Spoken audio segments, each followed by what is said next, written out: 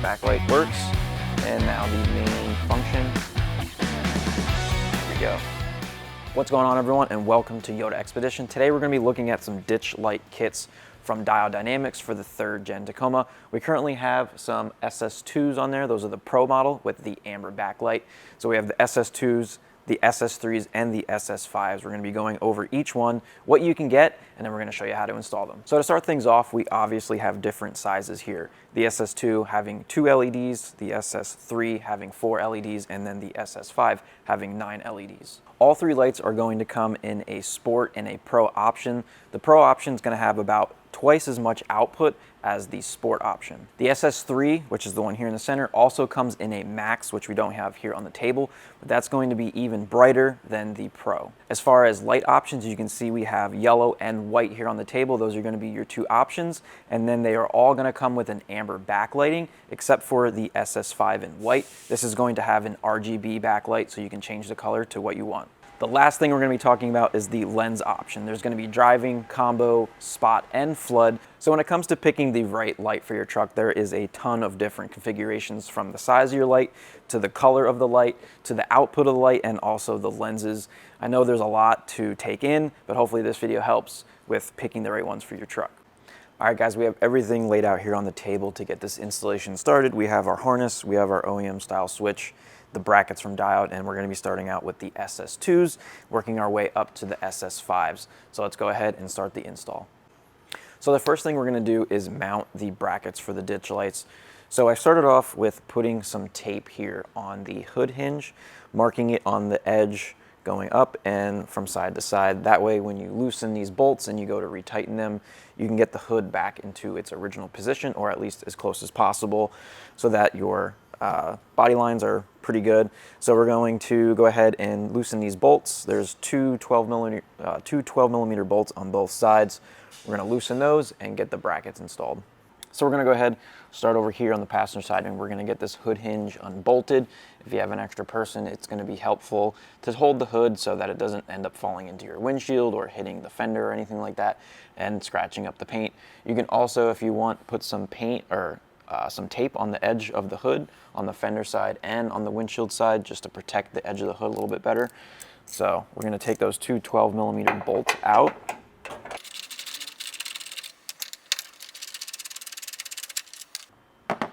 Now with those bolts out, you can go ahead and place the ditch light bracket in place, and we can reinstall those two 12 millimeter bolts.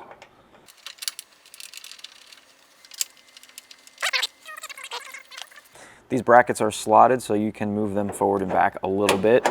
I would just move them back enough so that it's not touching the back side of the hood.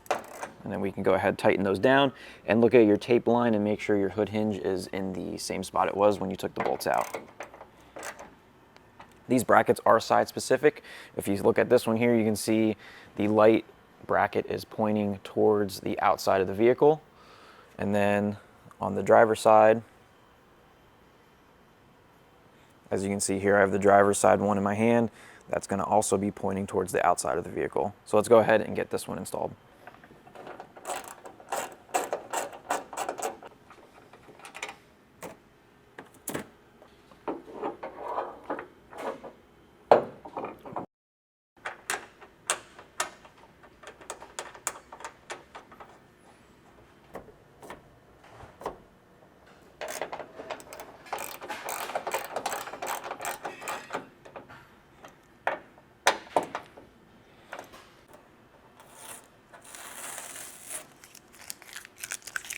So with the brackets installed, the next thing we're going to be looking at is the wiring harness. Quickly going over that, you have your switch. Like I mentioned, we are going to be replacing that with the OEM style switch. You got the 2 plugs here, one going to each of the ditch lights. You have your main power and ground, which we're going to be running to the battery. And then you have your relay, which you can just mount anywhere inside the engine bay. Just going to roughly lay the wiring harness out here on the engine bay. The relay, power and ground are going to be all over here near the battery, and this wire here for the plug, or for the switch should I say, is going to be running through the firewall into the interior, where we're going to be hooking up that switch. and then we're going to be running one of the wires along the top side of the firewall over to the passenger side of the hood, and then the other one's just right here on the driver's side. So if you're good at doing electrical work, you could shorten this harness a lot because it is much longer than it needs to be.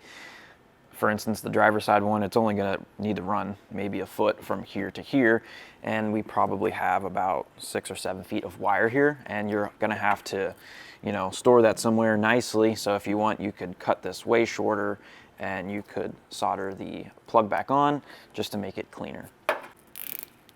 For now, we're just going to bundle this together and zip tie it, and we'll figure out a spot to put it. Since this install is temporary, I don't want to take the time to do all the wiring on this. Start running this one across and put some zip ties on that. So if you just do this, there's pretty much space underneath this side piece here. So you can just pull this up.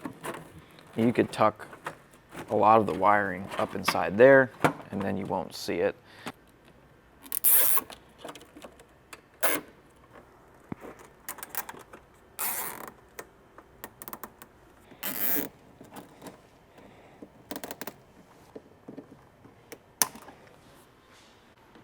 So we got that side ran over, and you can see we have a bunch of extra wire here.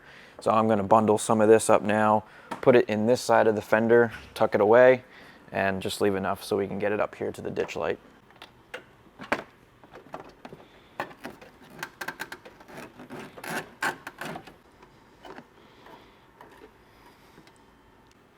So there's an opening right through here. I just tucked it through, and then laying it down in there. This up near the windshield, there's like a rubber cowl. You can move that out of your way, and then just fish the wire up through there. You can pull the plug out. Just make sure you have enough, just enough sticking out to plug the light in, and then tuck the rest of it back into here. Make sure it's out of the way so when you close the hood, the hinge isn't going to be cutting anything, and that's it. That side's all routed. Extra wires tucked into the fender. So now we can go ahead and run the wire into the interior and get the switch hooked up. All right, now we're ready to fish the wiring through the firewall so we can get the switch hooked up. I took the original switch off of there since we're not going to be using that. And if you don't have anything already running through your firewall, there is a grommet here right to the right of your brake booster. You can pop that out and you can run the wire through there if you'd like. We already have some wiring running through that for our light bar on the roof rack. So there is a big rubber boot down here towards the bottom. I made a little slit in there with a razor blade, and we're going to feed this through there, and then I'll show you where it's going to be going inside the Tacoma.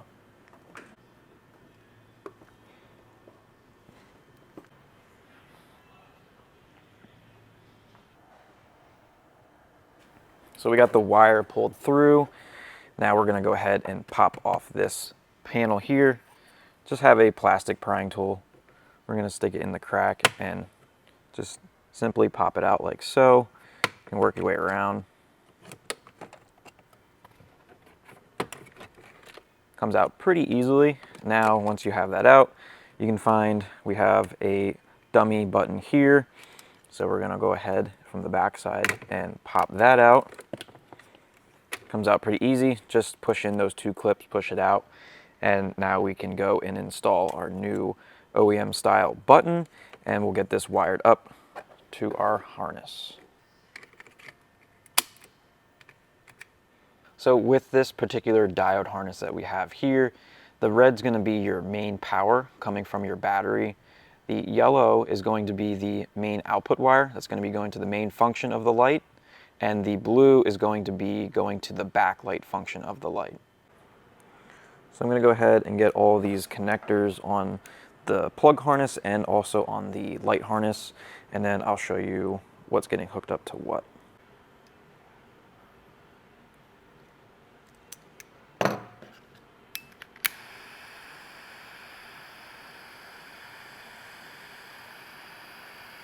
So we have all of our connectors on there. We'll get the harness fed through and up into our spot here. Once we're done, we'll just tuck the rest of it up there, zip tie it out of our way. And now I'll go ahead and explain everything that we have going on here and where everything's going to be going. So starting out with our main functions here, we have our power from our harness going to the green wire on our plug. And then we have our main function of our harness. This is going to the main lighting. That's going to be going to the blue wire on our plug. And then we have the blue wire on the harness that's going to be operating our backlighting. And that's going to be going to the red wire on our switch wiring. We have two more wires here. These are not necessary to operate what you want to operate.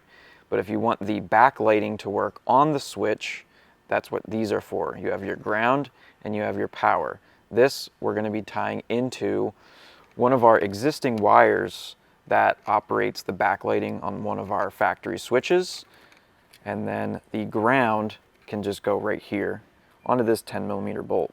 So as you can see, when you turn the light stock on and off, you can see the backlighting come on the original switches. So the wire you're going to be looking for is the dark green wire on any of the switches that have factory backlighting. We're going to be taking a wire tap. We're going to be tapping into that wire to get power, and then we are going to be plugging in our yellow wire so that our new switch has backlighting as well.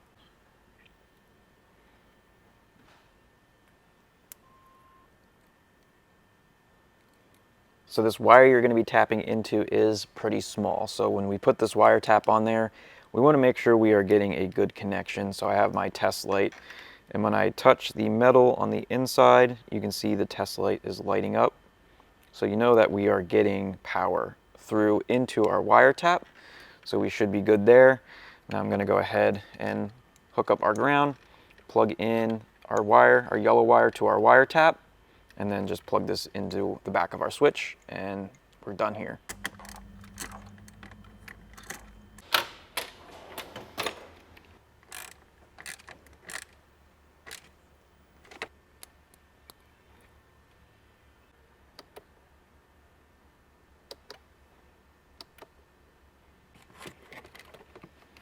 Now just tuck all your wires in. Snap that back into place. Now we can just go hook up the wiring to the battery. Up here, the battery is pretty self-explanatory. You have your red going to the positive terminal on your battery, and you have the negative going either to the negative, or you can mount it to this bolt right here on the chassis. So we'll go ahead and get both of those hooked up.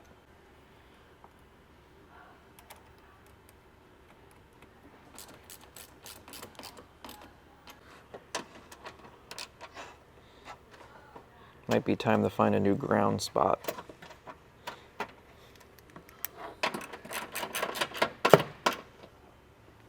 All right, that's pretty much it for wiring.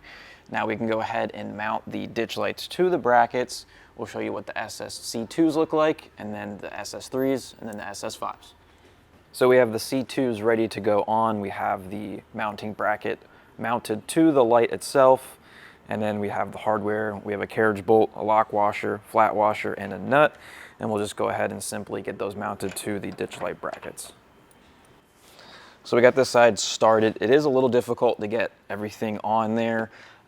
If you're not following this step by step, what I would maybe try doing is mounting the light to the bracket first before you go ahead and mount the bracket to the hood.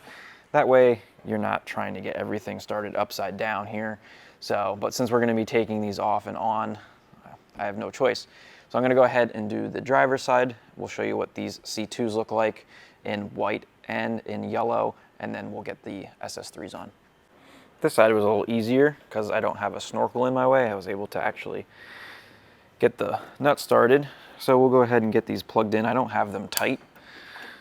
One, because we're going to be taking them back off, but I would get them started, figure out where it is that you want them pointing exactly, and then you can tighten them down. All right, let's go ahead and try them. All right, so let's try the backlighting. Backlight works, and now the main function. There we go. So that's going to conclude the install on this. So now we're going to go ahead and just rip through showing you the different styles and how they look on the Tacoma, and you guys can decide which one you like the best.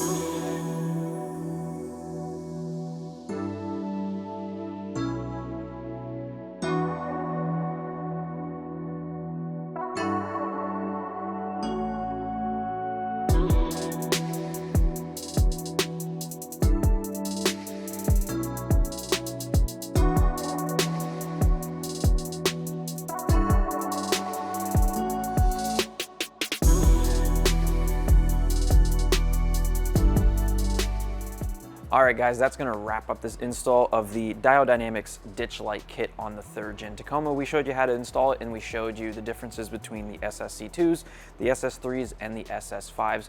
We finished it off with the SS5 Pros in white with the RGB backlighting, and to switch that, you just have to hit the backlight button 3 times, and then the light will start changing color. If this video helped you guys learn how to install these, make sure to give it a like and hit that subscribe button. And if you want to grab a set for your Tacoma, make sure to head over to yodaexpedition.com. You can click the link down in the description. Thanks for watching, and we'll see you guys on the next one.